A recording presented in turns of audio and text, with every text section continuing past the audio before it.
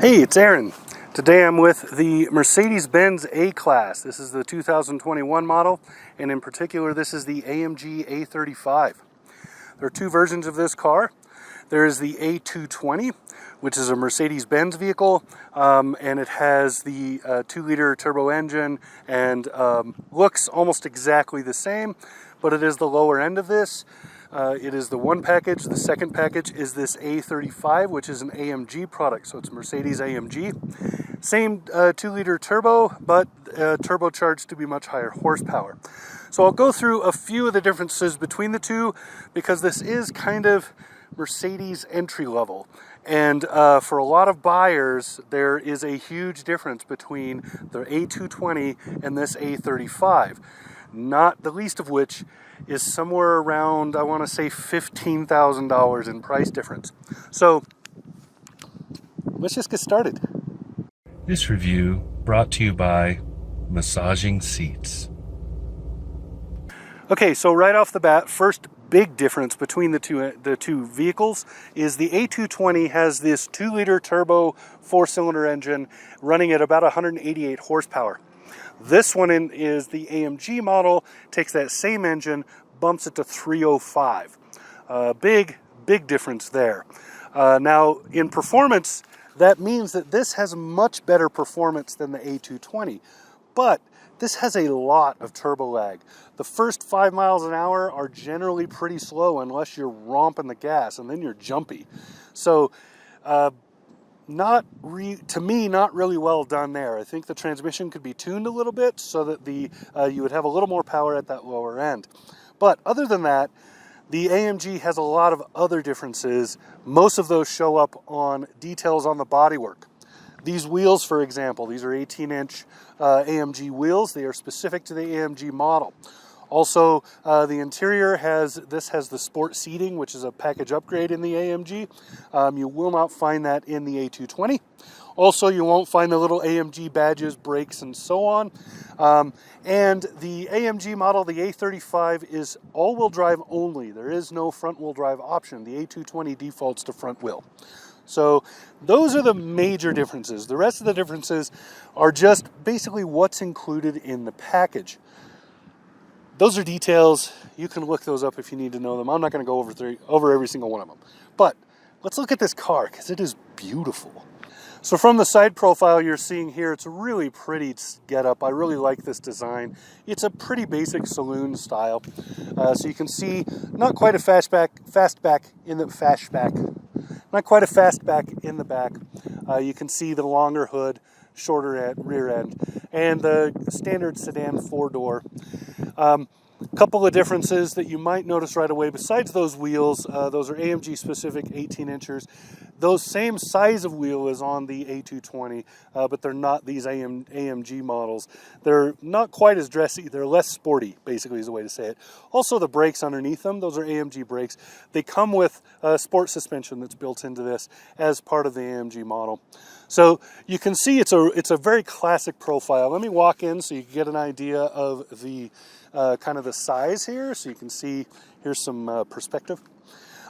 Beautiful lines. I love these basic lines that most of the Germans are using now. You're seeing this on a lot of the German cars. Just classic, simple, basic lines to make a very classy looking vehicle.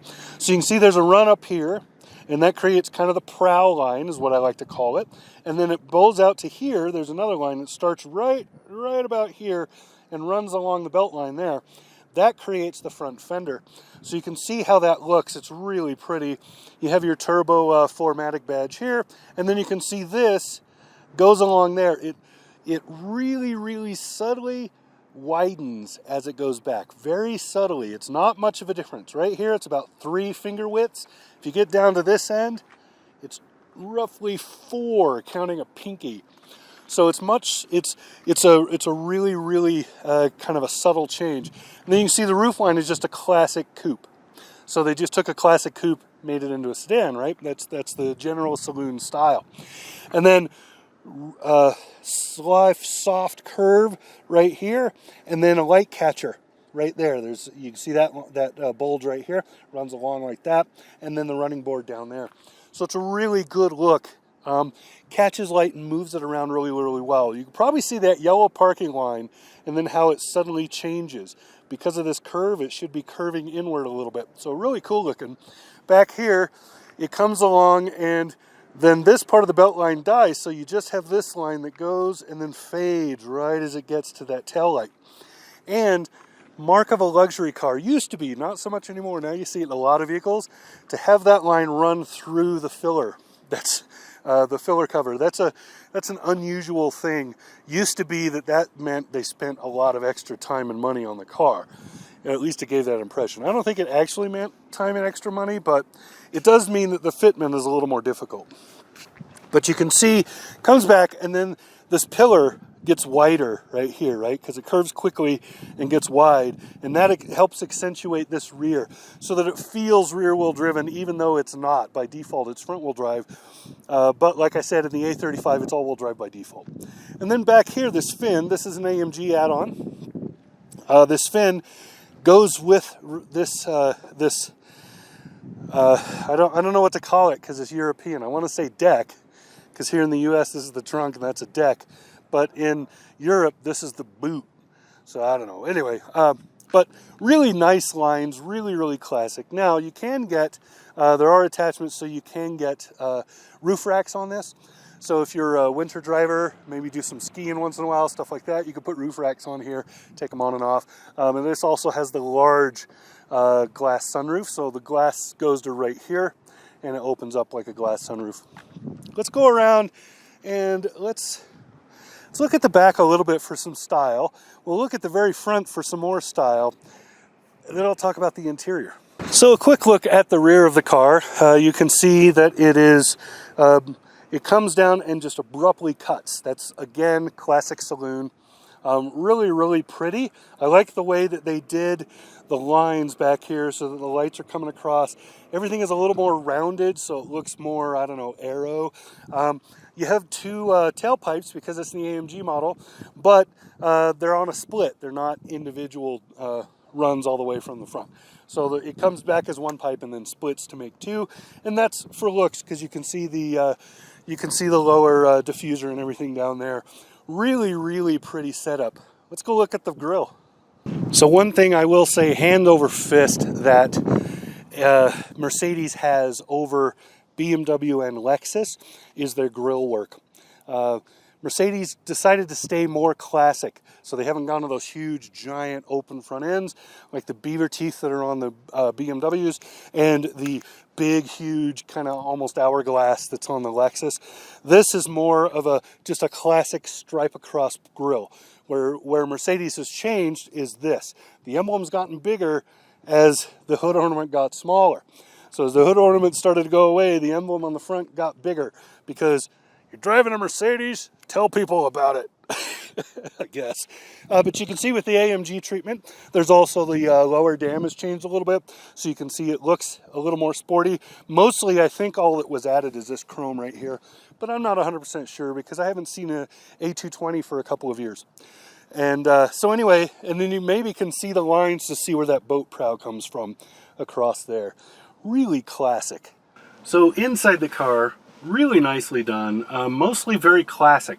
They had these round vents all the way across, so there's three here and one over there and one here. These are nice because they're really controllable. You can spin them this way, put them up and down like that, and you can totally shut them. Really easy to use and understand. And they're all the way across. So I like that. Lighting is over here. Parking brake is here. That's kind of odd, but not totally. And shifting, as with all Mercedes, is on this stick right here. So it looks like a dongle, but it's actually your shifter. Lights are over here, and windshield washers on the end. So pretty simple layout. They don't need a whole lot of buttons in here because there just aren't a whole lot of things to button. Push for. You know what I'm saying. Anyway, by default, the A35 comes with the larger infotainment screen, has a slightly larger driver information screen, and 10.25 inch, did I say that? That's for the infotainment. I believe the driver screen is that same size. I'd have to look it up, but I'm pretty sure that's right. And just a nice, simple, classy layout. I love the brushed aluminum they did in this one. I like the white on black because it gives it more bright to the interior. It's not just plain black. I really get tired of plain black interiors because they're so common. So I like the offset there. Just a nice layout. The back seat is a little bit cramped. I'm not going to show it to you because it's just not worth the trouble. It's a little bit cramped. If you're buying this expecting to have a lot of backseat passengers, you really should move up a notch and get a slightly larger car. The thing with the A-Class is that it is Mercedes entry level. This is where you get into the brand. This is how they expect you to start. You're maybe a younger person, just finished college, you got an executive sort of, middle management or upper middle management position or something. You're maybe moving up in the world. You need a nice car, but you can't afford, $80,000, so you get into this. Now let's talk about prices. So price-wise, you get into the A220 at about $40,000. Be about $39,000 to $40,000 for that car, and you're getting a nice, well considered and well appointed vehicle for that. That is your kind of entry level to get into this model and feel, and have the look of a Mercedes and the feel of a Mercedes for the most part.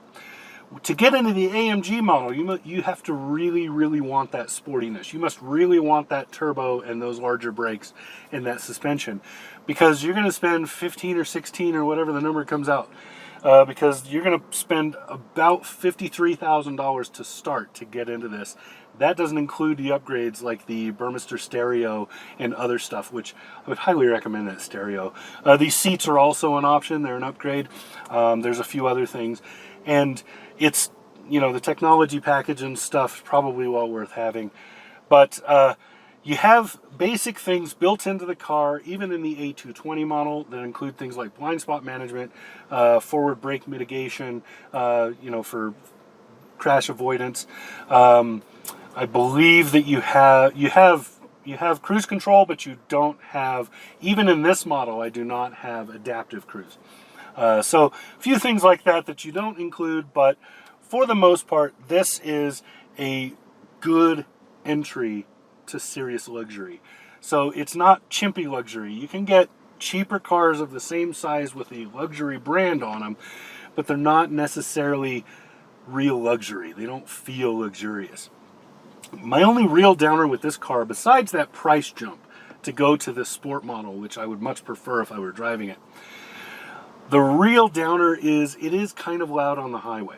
So it's not as quiet as you expect a luxury car. But in order to price it, there had to be some corners cut. That's why I think they didn't spend as much time tuning to accommodate that turbo, the higher output up there, to try to fix that 0 to 5 point that has trouble with, and why it doesn't have the sound deadening on the freeway and stuff. It's because they had to make a price point.